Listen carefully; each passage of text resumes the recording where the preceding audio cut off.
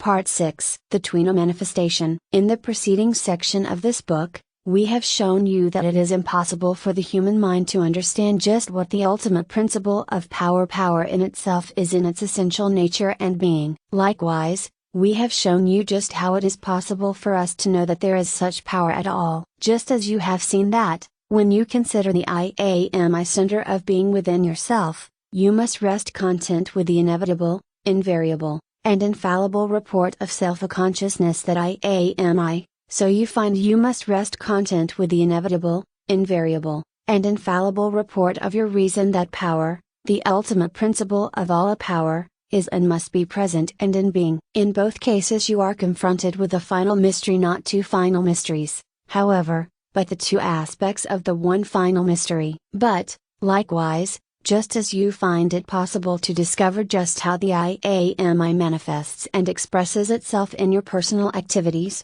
so may you discover just how power manifests and expresses itself in the activities of the cosmos, and just how you may draw upon power for personal power to be manifested and expressed in your personal activities. And, after all, that is the main point of practical instruction, designed to aid and assist you in your life via activities in this very practical world of very practical things. The pragmatic philosophy needed by you in your practical life, here and now, in this very practical world, properly concerns itself with the just how questions, and leaves the just why insoluble problems for those who enjoy the Sisyphean task of striving like the blind man in the dark room, seeking to find the black cat which isn't there. Sisyphus, you may remember, was that unfortunate character of ancient mythology who was subjected to eternal punishment in Tartarus, his task consisting of the eternal rolling of a huge stone to the top of a high mountain, the stone constantly recoiling, and thus rendering his task incessant, unceasing and unending without possible accomplishment. In considering what observation, experiment, and reason teach us concerning just how power proceeds to manifest its strength and energy in the activities of the cosmos, let us begin by quoting to you an ancient Oriental fable, devised by the earliest teachers to illustrate the cosmic activities, as well as the human activities along the lines of personal power. By carefully grasping the principles set forth in this old fable, and by fixing them in your mind, you will have ever before you a most useful and practical diagram of the methods employed by power, and which also are to be followed in your manifestation and expression of personal power, both the personal power you now possess, as well as the cultivated, developed and trained personal power which you will acquire by applying the principles and methods embodied in the present instruction. The ancient fable, which has been told by teacher to pupil in Oriental lands, for many thousand years, proceeds as follows. Once upon a time, there dwelt in a vast forest two individuals, each of whom had been particularly blessed by the gods in certain ways, yet equally deprived of certain other particular blessings. Both of these individuals were giants in power, yet their power was so limited in certain directions that their lack was as great as was their possession. The first of these forest dwellers was a physical giant, filled with vigor and strength, and animated with a strong desire, longing and craving to move about, travel, and to play an important part in the world of men. But, alas! He had been born blind, and could find his way about the forest only by clumsily groping and feeling his way, stumbling along from tree to tree, always traveling in circles and never getting anywhere. He was never able to emerge from the forest, and to reach the world of men. The name of this giant was Volition, which means the power of willing. The second of the forest dwellers was a mental giant possessed of wonderful powers of observation and perception, good judgment and discernment, able to reason and to plan, to imagine and invent. But, alas!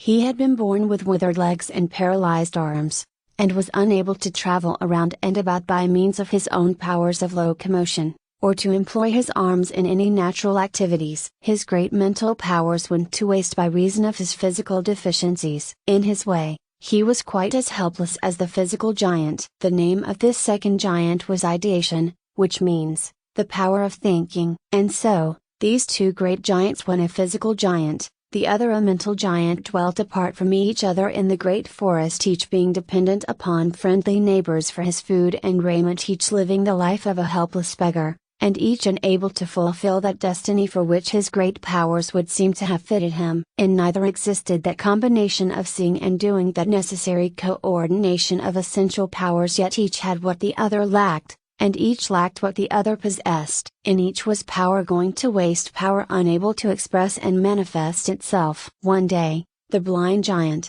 groping and stumbling around in a circle, chanced to come near to the paralyzed giant. The latter called loudly to the former, and directed his steps to where the latter sat helpless. The two, meeting for the first time, conversed earnestly. Before long a strong friendship was established between them. The bond of mutual sympathy, and of mutual need and lack, served to unite them in a mutual understanding and comradeship. Then, there flashed into the mind of ideation a brilliant thought. He saw at once, in a flash of intuitive insight, how the two giants might form a most advantageous partnership, to which each might contribute his own particular powers, the powers which the other lacked. Volition would contribute the body and physical strength, his strong body, strong legs, and strong arms. Ideation would contribute his strong sight, strong powers of observation and perception, strong powers of discrimination and judgment, strong powers of imagination, reasoning, and invention. The combination would be perfect,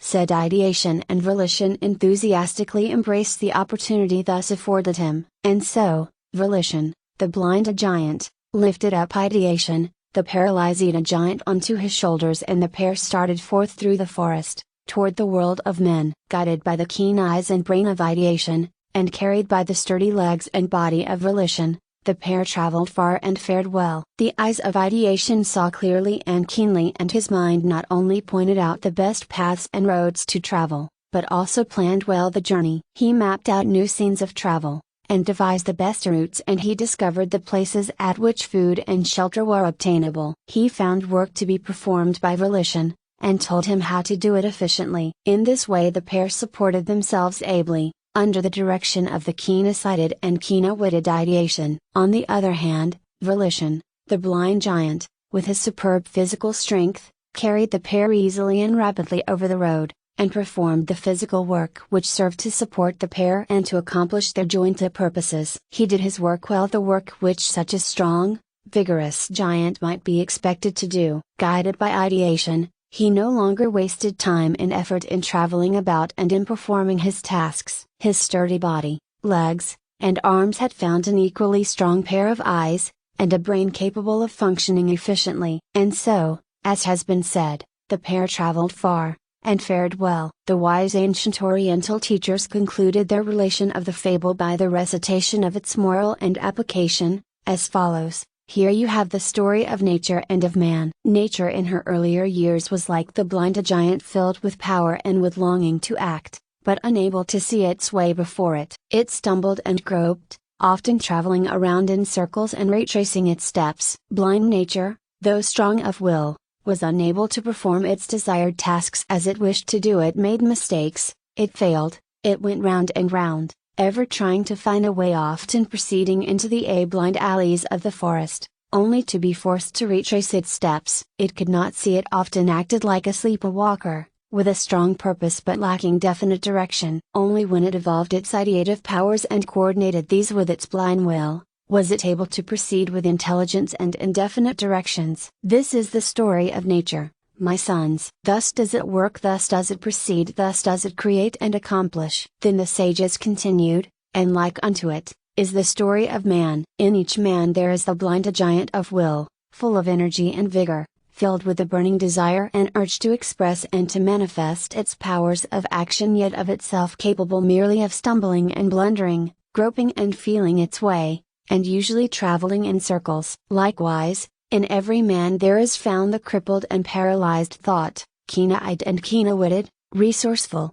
observing, discerning, planning, inventing, but of itself incapable of moving about and of performing efficient work. Only when human thought mounts the shoulder of human will, and points out the way, the road, and the direction, and only when human will permits and submits itself to this direction and guidance, and consents to use its strong body, strong legs, and strong arms to pursue the path, and to perform the work so pointed out to it by human thought, only when this cooperative partnership is formed in the mind of man, and proceeds to manifest and express its combined and coordinated powers. Only then do the united pair, the eta in the one, become efficient, useful, and capable of effective and efficient expression and manifestation. This is the story of man, my sons. Thus does he work, thus does he proceed, thus does he create and accomplish. Postponing for the moment the application of this principle to the personal power of man, we would say that many of the brightest minds of philosophy have arrived at a similar conclusion concerning the character of nature's activities. But alas!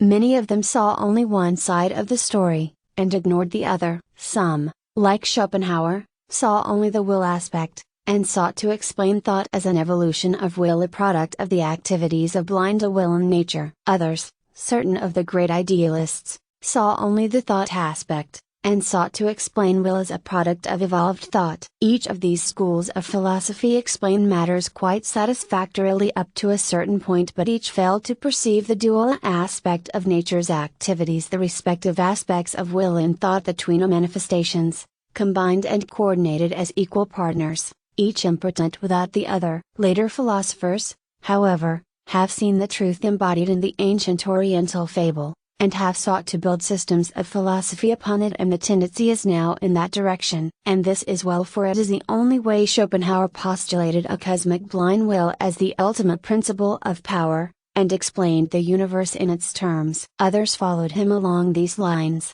with various modifications. Schopenhauer said, "Will is the innermost essence, the kernel of every living thing, and of the totality of existence." Others held similarly, defining will as desire with the power to act, or power with the desire to act. One said, "The universe, as perceived by us, is the outer wrapper or sheath behind which is hidden a spiritual, creative activity, a striving, feeling, sensing, like that which we experience in ourselves, the active principle of which is causation, or impulse, tendency, desire, and will." In this connection you will recall the statement of Nicholas Murray Butler, previously quoted in this book, in which he says the dominant tendency in philosophy, powerfully supported by the results of scientific knowing, is that which sees totality as energy, which is will. On the other hand, we find the idealists, holding that the ultimate principle is ideation, or ideative power, the universe being a purely ideative creation, a drama, a mental picture, a story, or perhaps even a daydream or actual dream of a universal ideative power. The idealists hold that the universe, and everything in it, is but an idea, or series of ideas, in the ideative mind of a supreme ideator. Idealism, in this sense, is defined in the reference books as the philosophical doctrine which holds that the world is an idea, and which teaches that material objects have no real existence, and that we have no rational grounds for believing in the reality of anything in the cosmos but ideas and their relations. A variation of this philosophy is that which holds that ideal forms, existing eternally, constitute reality. These have the power and ability to manifest and express outward semblances of themselves, which, however, usually appear more or less distorted or imperfect. Von Hartmann came quite near to the combination of volition and ideation, in some portions of his philosophy of the unconscious. He said, "No one can will, without willing this and that. Only through a definite direction does the will obtain the possibility of expression." So in his philosophy he combined cosmic will and cosmic idea, the two combined forming his cosmic principle. He compared the two aspects of his cosmic principle to the color and the fragrance of the rose, neither of which contradict or oppose each other, or, again, with the two poles of the magnet, with opposite qualities, on whose relation and correlation the cosmic activities depend. A modern psychologist says, will is called out by ideas, it goes out only in response to ideas, and, an idea which is the object of will, is transformed into a motive of voluntary action. So, you see, the conception of the dual aspect, or twin manifestation, is coming into prominence, as it was bound to do in time. If you will observe the processes and activities of nature, you will see everywhere the evidences of volition and ideation, the blind will moving into activity under the direction and impulse of thought. The idea is the form or pattern,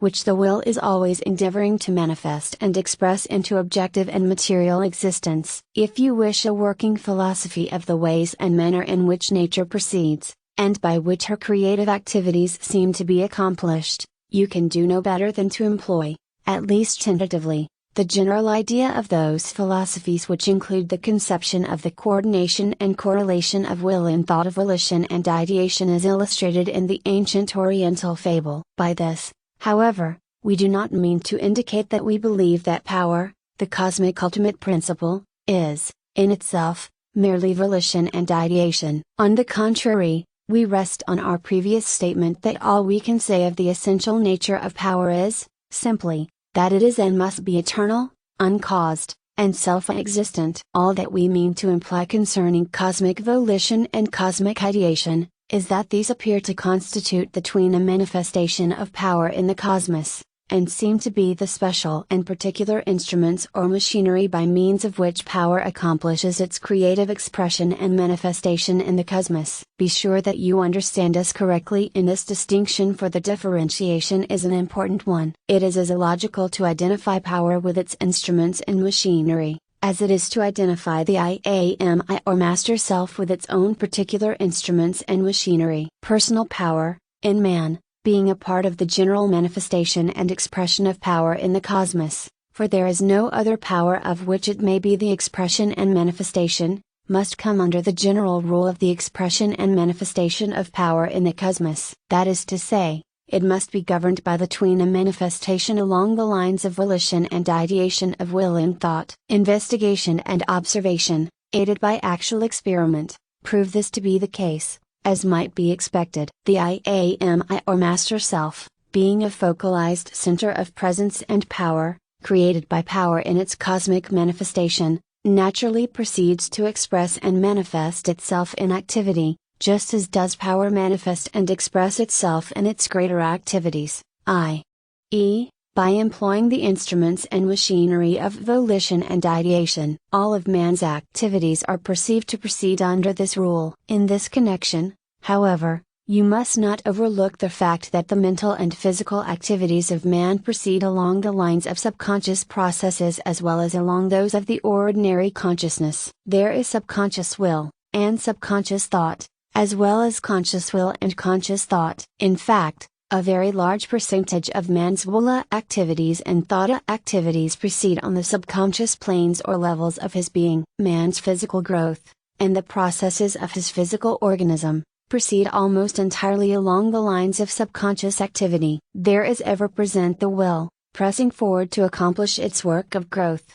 nutrition, repair, elimination, etc. There is also ever present ideation, furnishing the mental pattern or design, which will proceeds to objectify and materialize. The idea of the Awaka tree is implicit in the germ within the acorn, and the willpower in the acorn, and in the growing tree ever presses forward to make that ideal real, to objectify and materialize the ideal form. Ideation builds the inner form, and will strives to materialize into outer form that which first existed in ideal form. This is as true of the human life as that of the oak and of all forms of life in nature. It is manifested equally, and as truly, in the formation of the crystals, as it is in living things. In every natural activity in which things and events are perceived to move according to law and order, and apparently toward a certain pattern, design, or plan, there exists first the ideal or inner form, around which the outer or material form or movement builds itself. One who carefully observes nature's processes cannot escape this conviction. Then, viewing man's mental activities and processes, we perceive the same dual principle in action. Man uses his will in order to fasten his attention upon anything. He uses his will when he strives to think out anything, when he tries to bring back an image from memory, when he tries to imagine or invent anything. Even in his feeling states, the will is involved along subconscious lines. And, likewise, there is always present the mental pattern of ideation. Will goes forth only in response to some idea. If ideas were shut out of the consciousness of man, then he would feel nothing in the way of emotion, would desire nothing, and would not act to accomplish anything whatsoever. If you wish to arouse the feelings or emotion of a man, you have but to present to him the appropriate ideas calling for those feelings and emotions. If you wish to arouse him to will activity, you have but to supply him with appropriate ideas calling forth such action. Very few persons understand the dynamic force of idea. To them an idea is merely an intangible something in the mind, having but little if anything to do with actual effort or activity. But the psychologists know and teach that ideation, by reason of its pulling power exercised over the will, is one of the most active elements of all human action. Without ideation there would be no will action. With heightened ideation, the will action is enormously increased in power and efficiency. Practical psychologists now teach their students that it is possible to arouse, strengthen, and stimulate desire and will by repeatedly and constantly presenting to them the strong, clear, and definite ideas of the thing sought to be accomplished, objectified and materialized. They likewise teach that one may restrain, restrict or inhibit the activities of desire and will by resolutely withdrawing the attention from the idea in question, or else by directing the attention to an idea of an exactly opposite nature and character. Professor Halleck, the eminent psychologist, says, an idea always has a motor element, however obscure. In other words, an idea is a practically incipient motor action. A motor action, unless restrained, tends to go out immediately in definite action. It is a matter of dispute whether or not all that is necessary in voluntary effort has not been achieved when the mind has been kept filled with the idea, until action results as a natural consequence. In order to act in the direction of one idea in preference to another, we must first dismiss the one and voluntarily attend to the other. The motor force thus developed in connection with the dominant idea lies at the bottom of every higher act of will. During the last quarter century, or perhaps longer, there has been a great revival of interest in the subject of thought force, Minda power, or similar general conceptions involving the idea of the use of thought in the direction of bringing about desirable conditions of physical health and strength, prosperity, happiness, and the general welfare of the individual. Under all of the many theories seeking to express the essential spirit of this line of thought, as many call it, and back of the various names, terms, and titles employed to indicate and to designate the same, there will be found the fundamental and basic idea and conception of a tendency of thought, or idea, to manifest itself in action, or in objective form and reality. The kernel of the conception is that of the power of the ideal to become real. Thousands of persons, all over the world, have sought to demonstrate the power to create or to improve their environment, circumstance, health, success and ability, by means of right thinking. Many have fully demonstrated their ability to create, or at least to improve to a great extent, their own environment, to control circumstances and to determine their own destiny by the power of thought. They have proceeded upon the general principles expressed in the biblical adage, as a man thinketh, so is he, and in the equally ancient Buddhistic adage, we are that which we have thought. Wrong thinking is held by them to produce undesirable results and effects, while right thinking is held to produce desirable effects and results. The general conception may be expressed in the aphorism, ideas tend to reproduce themselves in external form and effects. The ideal pattern tends to build around itself an objective material reality. In most of these teachings, however, the element of idea or thought has been most strongly emphasized over emphasized. In some cases, many have thought while, at the same time, the element of will has been underemphasized. In fact, this last element, that of will, has been practically neglected in some cases, and in others even denounced as evil by some who prefer explaining the subject in the terms of quasi-religious transcendentalism. But it is now being perceived by many of the most careful thinkers along these lines that a failure to include the power of will in connection with the power of thought results in depriving the individual of only a half of his mental creative power. The effort to exclude will from association with idea is akin to trying to assert the existence of a magnet with only one pole. As a matter of fact, all the results obtained through the power of thought have been in part due to the correlated and coordinated power of will,